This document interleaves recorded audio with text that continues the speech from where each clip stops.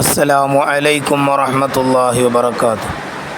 പ്രിയപ്പെട്ട കൂട്ടുകാരെ, 4ാം ക്ലാസ്സിലെ അഹ്കാമുത്ത് തജ്വീദിലെ 9ാമത്തെ പാഠം അദ്ദർസു താസിഅ അൽ മദ്ദുൽ മുൻഫസിൽ. ലാ അഅ്ബുദു മാ തഅ്ബുദൂൻ ലാ ഉഖ്സിമു ബിഹാദൽ ബലദ് ഇർജിഇ ഇലാ റബ്ബികി റാളിയതൻ മർളിയ വഅശ്രികുഹു ഫീ അംരി തൂബൂ ഇലല്ലാഹി തൗബതൻ നസൂഹാ ഖൂ അൻഫുസകും വഅഹ്ലീകും നാറാ. മുകളിലെ ആയത്തുകളിൽ അടയാളപ്പെടുത്തിയ ഭാഗങ്ങളിൽ മദ്ദക്ഷരങ്ങൾക്കു ശേഷം അടുത്ത പദത്തിലെ ആദ്യാക്ഷരമായി ഹംസ കാണാം. ഈ വിധം മദ്ദക്ഷരത്തിനു ശേഷം അടുത്ത കലിമത്തിൻ്റെ ആദ്യാക്ഷരമായി ഹംസ വന്നാൽ അൽ മദ്ദുൽ മുത്തസിൽ ഉണ്ടാകുന്നതാണ്. ഈ മദ് നിർബന്ധമില്ലെങ്കിലും മുത്തസിൽ പോലെ നീട്ടലാണ് നല്ലത്. ഇനി അതിൻ്റെ വർക്ക് നമുക്ക് നോക്കാം. അദ്ദർസു താസിഅ അൽ മദ്ദുൽ മുൻഫസിൽ. 1ാമത്തെ വർക്ക് നുൻഷിദ് പാട്ട് പാടാം. മദ്ദുൽ മുൻഫസിൽ എന്താണ്? ഹംസ വരുന്നൊരു മദ്ദാണ്.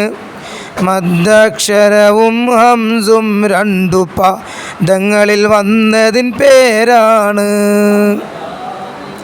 2ാമത്തെ വർക്ക് നഖറഉൽ ആയാത്തിൽ ആതിയ വനക്തശിഫു മിൻഹാ അൽ മദ്ദുൽ മുൻഫസില വനക്തുബു ഫിൽ ഖാനാത്ത്. ശേഷം വരുന്ന ആയത്തുകളിൽ മദ്ദ് മുൻഫസിലിനെ വ്യക്തമാക്കിയിട്ട് ശേഷം വരുന്ന ആ കള്ളികളിൽ അത് എഴുതി കൊടുക്കുക. حتى إذا أتيا أهل قرية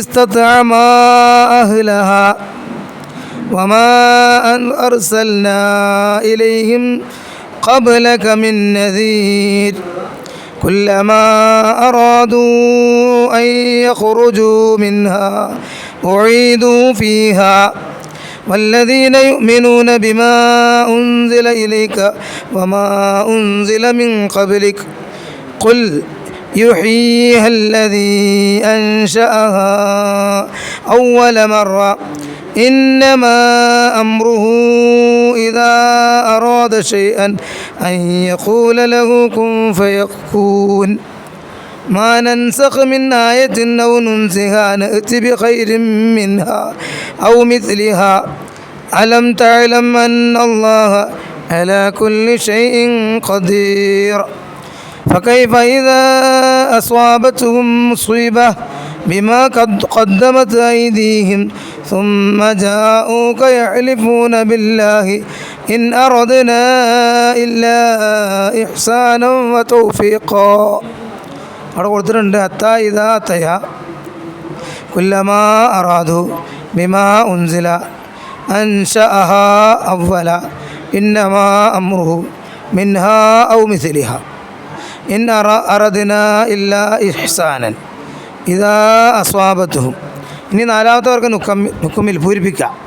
അൽ മദ്ദുൽ മുൻഫസിൽ ഡാഷ് പോലെ നീട്ടലാണ് നല്ലത്. മുത്തസിൽ.